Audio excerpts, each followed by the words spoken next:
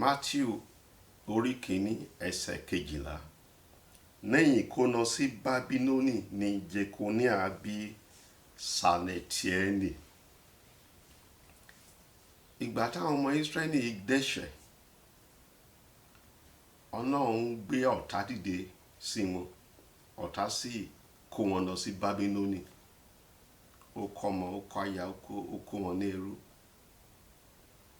Mo gbàdúrà fún ẹ ní òní pé Ọlọ́run tó ń sìn, Ọlọ́run tó fẹ́ràn ẹ kò ní di ọ̀tá ẹ lórúkọ Jésù.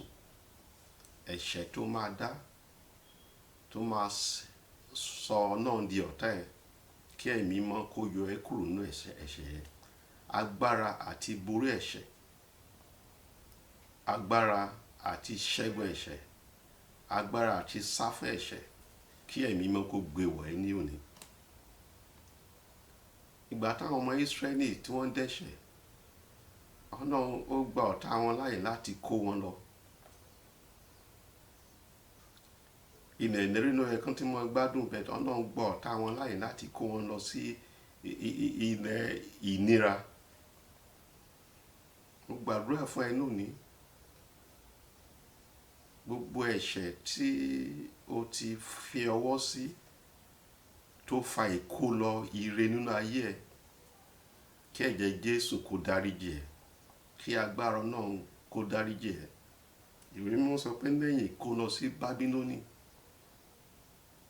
Ó ṣeé ṣe kí wọn náà wà ní Bábílónì lónìí nítorí tí àwọn ẹ̀ṣẹ̀ tí o ti dá, kí agbára náà kó mú ẹ padà sílẹ̀ ìlérí.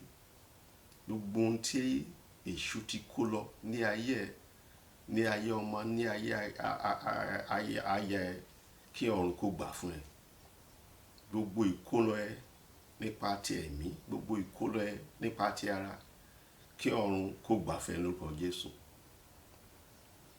Ọmọ ẹ tí wọ́n ti kó lọ, dúkìá ẹ tán ti kó lọ, ìgbéga ẹ tán ti kó lọ, ọkọ ẹ tán ti kó lọ nítorí ẹ̀ṣẹ̀, kí ọ̀run kó gbà fún ẹ lórúkọ Jésù Kristi.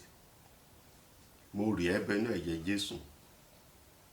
Agbára àti rìn ní ọ̀nà òdodo, kí ẹ̀mí mọ́ kó gbé wọ̀ ẹ́ lórúkọ Jésù. Bẹ́ẹ̀ ni ó rí lórúkọ Jésù Kristi Olúwa wa.